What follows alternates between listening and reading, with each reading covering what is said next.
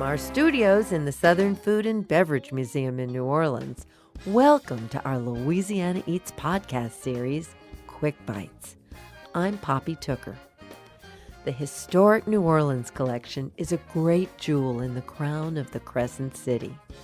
Founded in 1966 by General L. Kemper and his wife, Lillian Williams, the collection today includes a museum and research center encompassing 10 historic French Quarter buildings. At the heart of the HNOC is the Kemper-Williams Residence, a house museum which allows visitors to experience life as the General and Lillian lived it there for decades. One of the newest members of the HNOC is Lydia Blackmore, the first decorative arts curator the collection has ever had. As Lydia researched life at the residence, she learned the story of the employees who made the Kempers' life of privilege possible. Lydia decided it was time their story was told and incorporated everyone from the gardener and chauffeur to their housemaid, the people who had been referred to as the help. I am Lydia Blackmore. I'm the Decorative Arts Curator at the Historic New Orleans Collection, and as part of the Decorative Arts, I am in charge of the Williams Residence, which is the historic home of Kemper and Lillian Williams, the founders of the Historic New Orleans Collection. Today, we are walking through the house, doing a tour of working for the Williamses, focusing on the staff of 8 people who worked for the Williamses to make their lives comfortable. So butler, chauffeur, cook, maid, laundress, personal maid, secretary, and gardener who worked here in the house, in the French Quarter. I was saying as we walked in, normally the tour of the Williams residence starts in the Williamses' living room, because we are talking about the Williamses. But since we are talking about the people who worked for the Williamses, we are starting our tour at the back of the house in the kitchen. Well, so this is where all the magic was made. Because perhaps before we talk about these wonderful people, we should talk a little bit about the Williams themselves and the influential things that they managed to do through entertaining here in this home. Yes. So the Williamses purchased this property in the heart of the French Quarter in 1938, as partly at the urging of their architect, Richard Koch, who really wanted to see this property saved from possible demolition, modernization in the early 20th century. So the Williamses bought up a pretty large lot right here on Royal Street. During World War II, General Williams was stationed in Georgetown as part of his military duties, but during that time, Lillian was working with her architect and designers to turn this French Quarter residence into their mid-century modern home. When the Williamses returned from the war, they made this their primary residence, living here from 1946 to 1964. And it was quite unusual for them to choose to live here in the French Quarter. They were both Anglo-American, very wealthy, part of New Orleans society, the type of people you find in the Garden District. And they chose to live here in the French Quarter because they were passionate about preserving the history and architecture of New Orleans. So as part of their mission to share their passion for preservation, they regularly hosted entertainment or formal dinners here at their home in the French Quarter. They formally entertained about 3 times a week while they were in residence. And that's a formal dinner, black tie, evening gown, multiple courses, drinks, of course, beforehand and probably afterwards, here in their dining room right off of Royal Street. What a wonderful invitation. I'm sure that was quite a sought-after invitation then, but I have to say, I'm very grateful to have the invitation to be here with you today. So what went on in this kitchen? I love that the kitchen's aesthetic remains that of World War II. Yes. So here in the kitchen and next door in the Butlers Pantry, they're really the most mid-century modern parts of the house with those sleek lines. We got the glossy mint green walls and this cream cabinets and countertops in here. The Williamses have state-of-the-art appliances here in these rooms, huge sinks to work in and everything like that. But of course, Lillian and Kemper-Williams were not here in the kitchen. They were not cooking. This was the domain of Lillian in the 1950s and Bernice in the 1960s, who they were their cooks who prepared those lavish multi-course meals for their evening dinner parties and just also their regular everyday meals, breakfast, lunch, and dinner here in the Williams residence. Lydia, tell us about Lillian and Bernice, the things you know about them, because so often those New Orleans cooks, the ones who were in the back of the house putting out those beautiful New Orleans style meals, they lived lives very separate, and yet their tables were often sometimes the same when it came to the food. They were very talented cooks. What do you know about them? So that's actually been one of the major challenges of adding this interpretation to the Williams residence, because most of what we know about the Williamses' employees come from the documentation that we have from the Williamses. So we have General Williams's diary, we have different letters and things that have been written, and then also starting in 1953, we have all of the Social Security employment records. So that gives the basic. It gives the name, date of birth, Social Security number, an address, and what their employees were being paid. So that's how we've been able to track who was working here in the Williams residence. From that, I went through other documents that the Williamses had to find any reference to them. And I also spent a lot of time on Ancestry.com trying to comb through New Orleans city directories, census records, anything I could find to document these people. Luckily, I had their Social Security numbers, so sometimes you can find the Social Security record for them, but it's always more of a challenge to research African American history, as almost every one of these employees was African American. And it's even harder to research African American women history, because as names change and records get lost, it's hard to trace that. So I don't know as much about them as I would like to know. I do know that they were both native Louisianans, that they moved around quite often here in New Orleans. They probably didn't own their homes. Both of them were married. Lillian actually got married while she was working for the Williamses. So she started as Lillian Anderson and ended as Lillian Moore. So she got married while she was working here. Bernice Williams was married before she started working for the Williamses. No relation. Again, no relation between Lillian Moore and Leela Moore Williams either. It just happens that they have the same names. So it's kind of a shadow of what we know about them, and I'm trying to learn more. The project is never done. So tell us about what they did in this kitchen. Tell us what you do know. Okay, so you can see, if you're here, if you come to visit the Williams residence, you can see the kitchen is a state-of-the-art cooking place. The range is an 8-burner range with a griddle, ovens, and broilers. It's one of the first ovens where you can set the temperature at 350 degrees and it will stay at 350 degrees. And you can also set a timer. So you can set it for an hour at 350 and it will turn off after that hour. So that's a state-of-the-art restaurant-grade appliance here in the Williams residence that Lillian and Bernice had to cook on. The refrigerator also is an Imperial Cyclomatic French door Frigidaire with an ice box, avocado interior, butter and cheese holders inside. So not only the appliances, but the kitchen design is top of the line. There's the marble pastry countertop. There's the butcher block countertop with vegetable storage underneath that's ventilated. The giant sink that's always so useful, and a huge amount of cabinetry. And we also have the original cookbooks that Leela owned. Leela probably didn't cook very much. There's some doubt on whether she could, in fact, cook at all.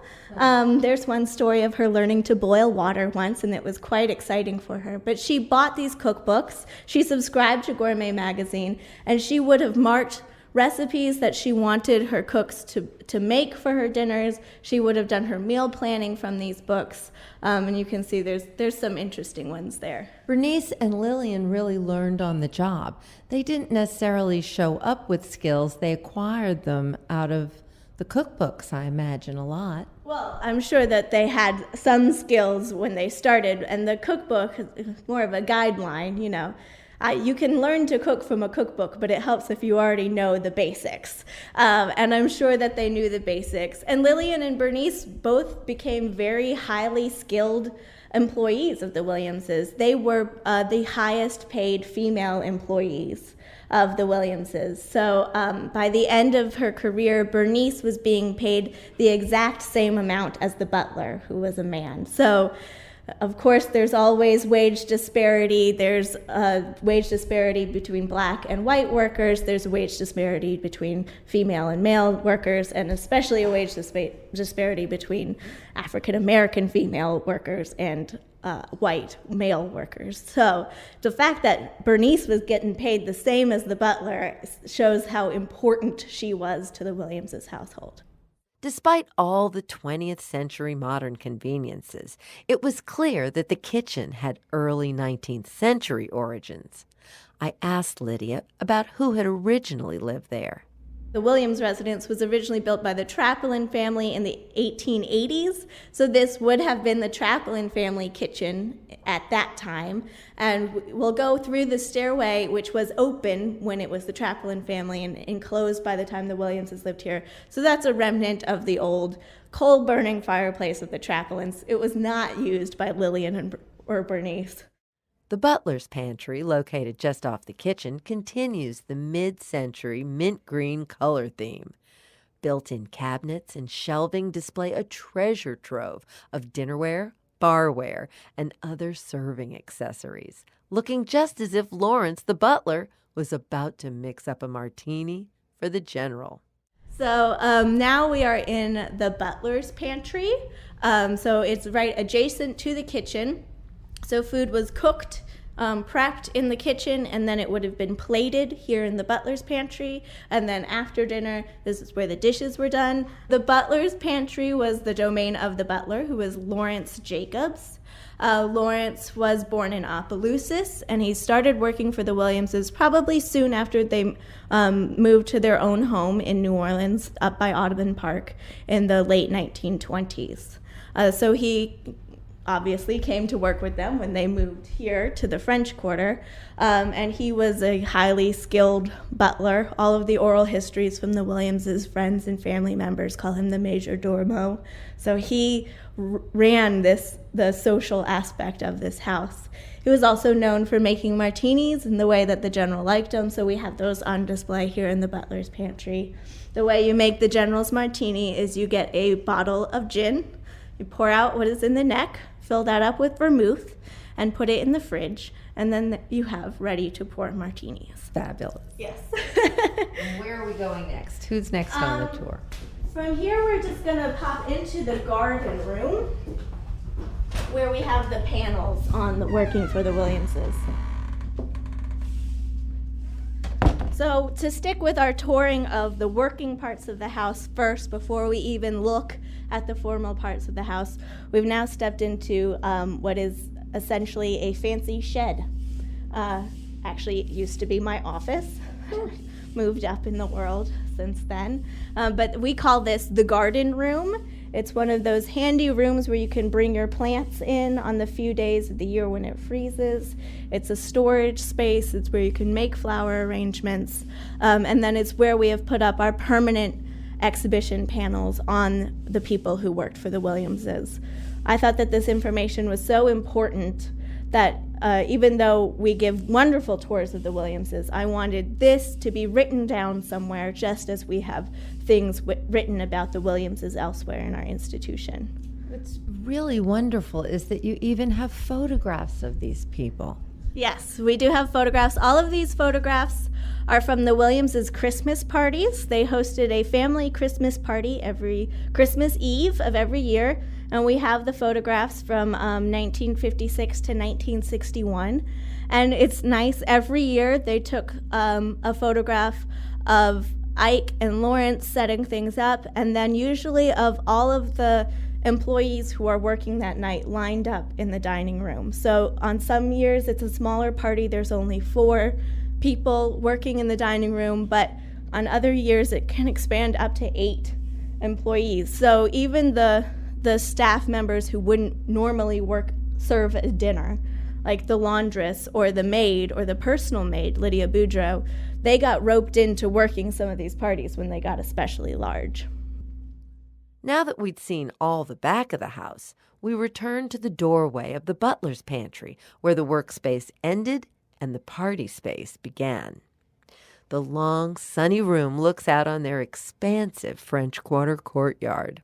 Here we are standing just outside the Butlers Pantry at the base of the steps to go upstairs, and we're looking through the swing door into the dining room. This is essentially the back door to the dining room. This is where Lawrence and Lillian and Bernice would have brought the food through for all of the dinner parties.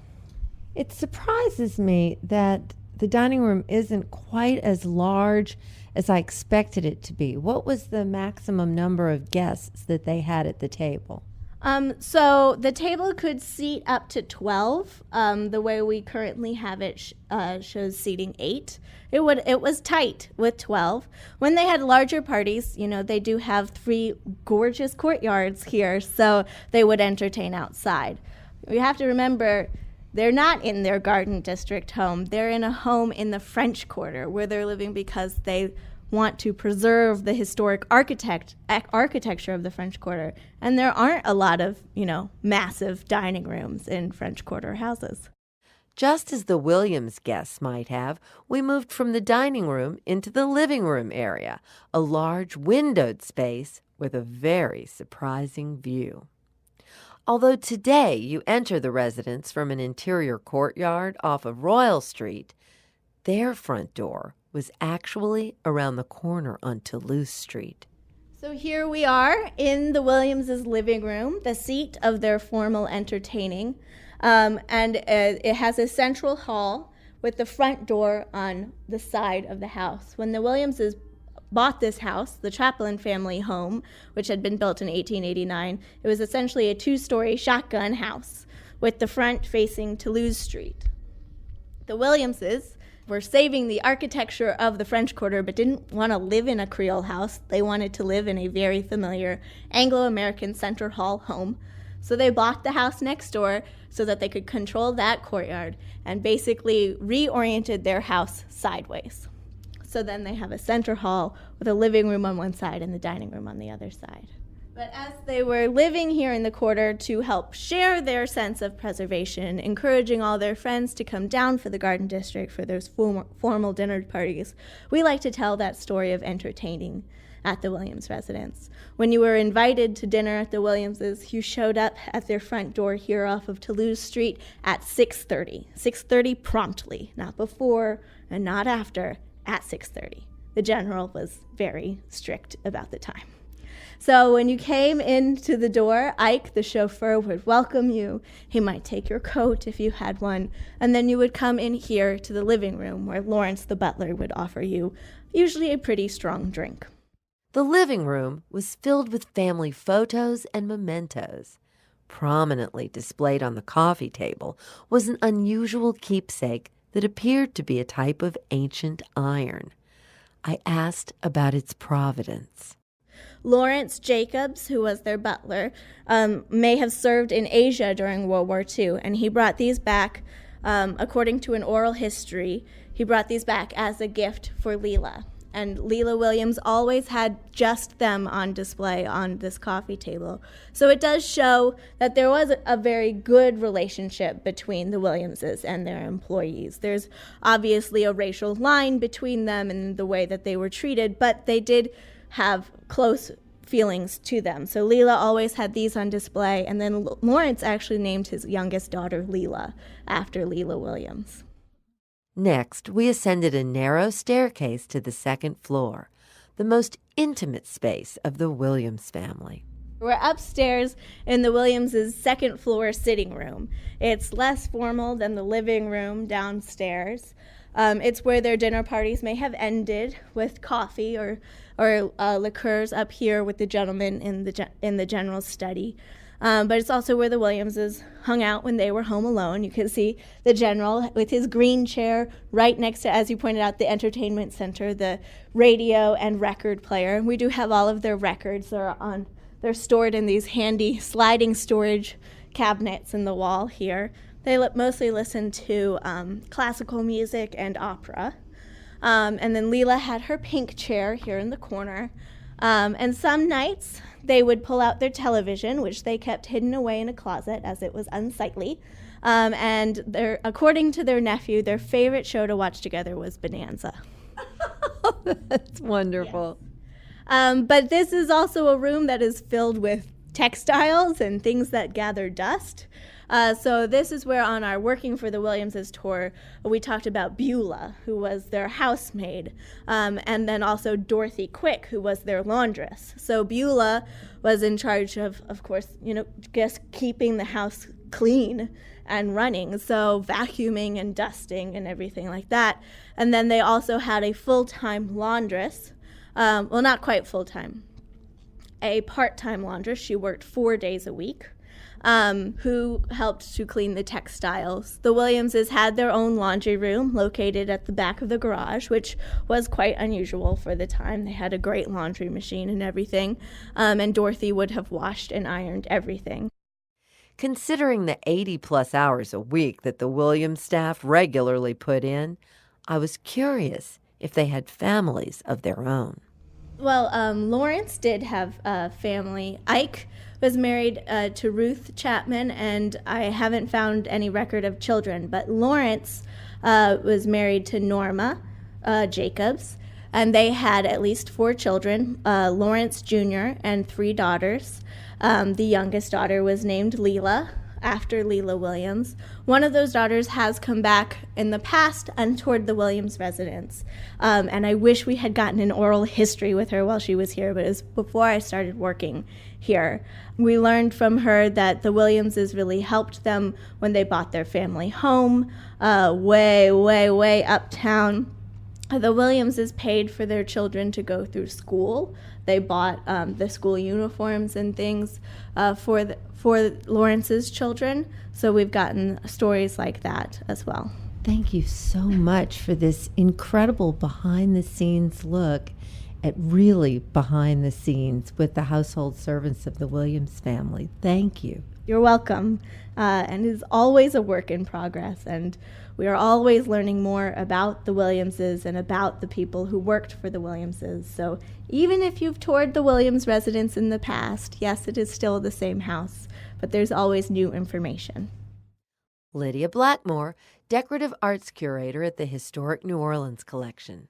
To learn more about the HNOC, visit their website, hnoc.org. If you enjoyed this Louisiana Eats Quick Bite, be sure to subscribe to our podcast so you won't miss a delicious upcoming serving of Louisiana Eats. Visit poppytooker.com for lots more recipes and delicious food ideas, too. Have a special request or a thought to share? We'd love to hear from you. Call 504-867-9128 or send us an email to louisianaeats@poppytooker.com. Louisiana Eats original theme music composed by David Pomerleau and performed by Johnny Sketch and the Dirty Notes. Thanks to Sarah Holtz, who produced this podcast, and Maddie Mullidew, our social media maven. Check us out on Instagram, Twitter, and Facebook, too. I'm Poppy Tooker. Thanks for listening, and thanks to our major sponsors, Camellia Brand, Zatarain's, and Rouse's Markets. Visit poppytooker.com to see a full list of our partners. This Louisiana Eats Quick Bite was produced by Poppy Tooker Broadcasting.